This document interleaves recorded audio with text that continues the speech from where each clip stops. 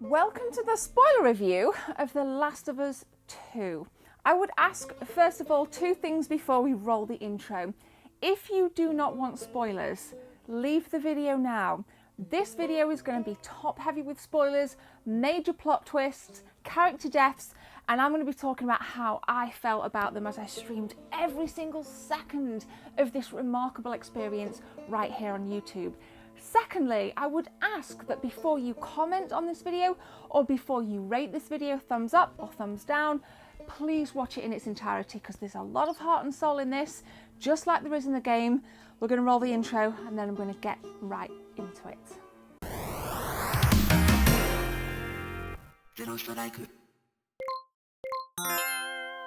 I'm starting with a banger, the story. The story is truly what drives this game. Everything else is a bonus.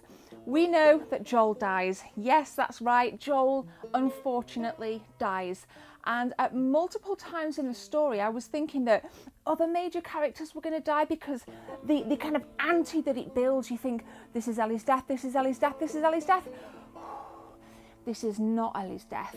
And then you kind of move on to the next scene. It is a massive, monumental roller coaster of loss, revenge, empathy, sympathy, like every possible emotion you can think of: anger, hatred, love, compassion, everything that you can kind of feel as a human being. I personally think that I felt on stream. I was flabbergasted, and I was flabbergasted at how soon into the storyline Joel actually dies. And when he does, Ellie is looking straight into his eyes and she's looking into his, and Abby, who is a new character to the Last of Us franchise,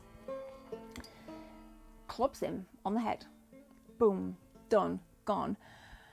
And then there's this moment afterwards where you think Ellie is also going to die, and you're already kind of so shocked from Joel, like what you've just seen, this major character. And then you're, oh, Ellie's going to die, Ellie's going to die. And it's that moment again where you think Ellie's also going to die. But she doesn't die. Ellie does not die. Okay. And at that moment, I felt in the storyline, Abby. I want to find Abby. This is going to be a revenge story, and it is. And I want to kill her, and there's going to be this big battle, and that's how the game's going to pan out. But that isn't really how the game pans out at all. In fact, even after Joel's death, Joel still has a significant part to play, which I was elated at because we got to see more of Joel. We got to see some more backstory because The Last of Us 2 is set 4 years after the first. So you do jump back in time in between when the kind of first one finished and where you are in the current story. So you see the things that you've loved about Joel and Ellie, their kind of close relationship, their close love, their unconditional love for one another. And there's this beautiful scene, I think it's kind of 2, maybe 3 years before the current events, and it's Ellie's birthday, and Joel takes her to this wonderful kind of museum with dinosaur bones, and there's this really tender moment where he gives her birthday present, and they kind of mimic themselves sat in this rocket, and those tender moments that you felt and you saw in the first are very much prevalent in the second. And not only that, there's those kinds of tender moments with other characters like Dina, who is Ellie's love interest, and the kind of feeling is mutual. You feel those tender moments in them too, which is beautiful to see. And I think sometimes where there's an absence of Joel in the main storyline, in the current storyline, Dina doesn't replace Joel in spirit or in heart, but what Dina does is keeps things grounded. She tends to be the kind of voice of earth and reason, and she's got a real gnarly fight in her as well, don't get me wrong, she's bloody dangerous, but I think Dina's role is just so beautifully written. And I was a little bit shocked when I found out she was pregnant. That kind of like rocks me a little bit, because all of a sudden you've got this kind of new life that you kind of start to care about, and then you start to care about Dina in another way because you want to protect her, and it's like, what is this game doing to me? It's like, it's such an emotional roller coaster. So I kind of mentioned Abby. Abby is the one that unfortunately takes Joel's life. Was I happy that Joel died? No.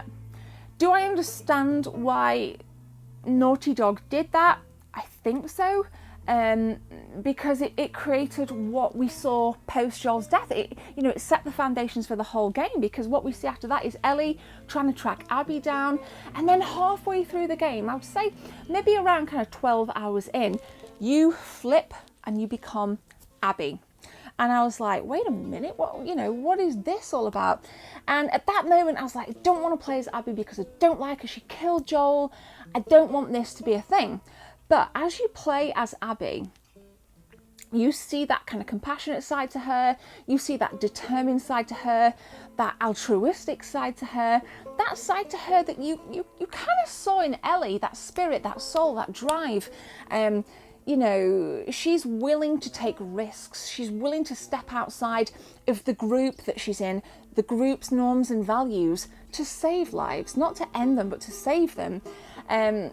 So there kind of came a point, it was, maybe after around kind of three or so hours of playing as Abby in the game, I started to feel empathy and there was less anger. I didn't care about her as much as Ellie. I never will. But you kind of like, okay, if Abby now dies, it's going to be like that solar plex punch, But Abby doesn't die, so that's okay. But Abby goes through some painful shit in this game. Now, you see other things to kind of Abby as well. She has a love interest, Owen. They visit this aquarium. This aquarium is so darn beautiful. And we're going to talk about the environment soon, but I just want to kind of focus on the story and the characters. And there's Owen is Abby's love interest. Molly's leaving the sofa because she hates the game. And there's things that happen between them that, kind of play with your emotions. Owen is also in another relationship with Mel. There's animosity between Mel and Abby. And there's all these kind of little side stories kind of going on to the main crux of the story, which is about revenge and death. There's lots of... These characters feel tangible to me. They feel tangible to me. And now I've completed it, I am looking forward to going back through it again with the new game plus, but I know that it's never going to replace the experience I had when I initially played it.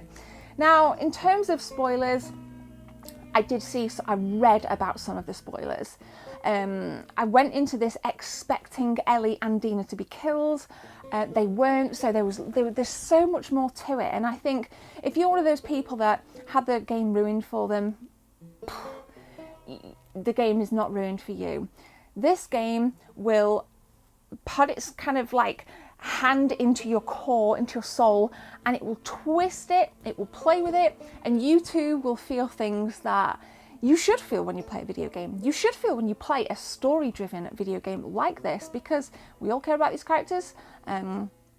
I want to see more. I'm hoping there's some DLC, because I feel The Last of Us 2 ended on a cliffhanger.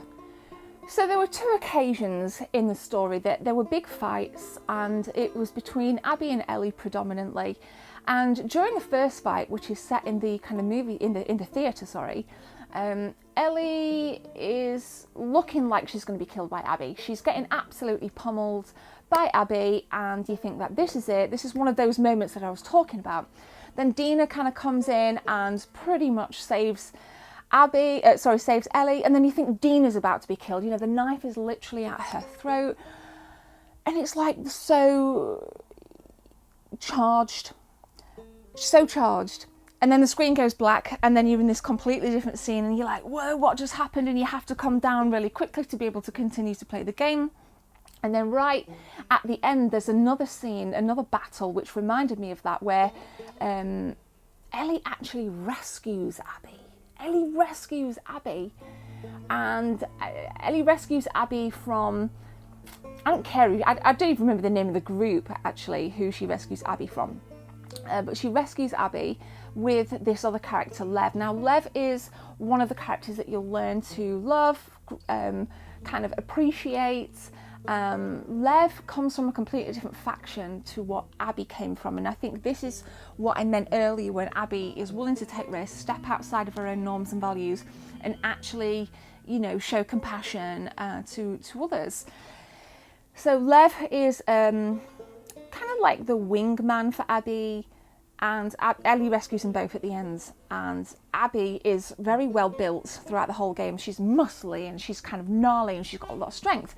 But at the end, she's lost a lot of weight and her hair's been shaved and she just looks like a shell of what she once was. And in that scene, you're like, shit, is Ellie gonna kill Abby? Is Ellie gonna kill, you know? And then there's this big fight. And it's looking like Abby's going to die. And I would say she's within an inch of dying. And at that moment, I said in my mind, I don't want Abby to die. I don't want either of these characters to die. Fortunately, Ellie had some compassion. And that was the last we kind of saw of Abby and Lev. They kind of like boat out of the scene.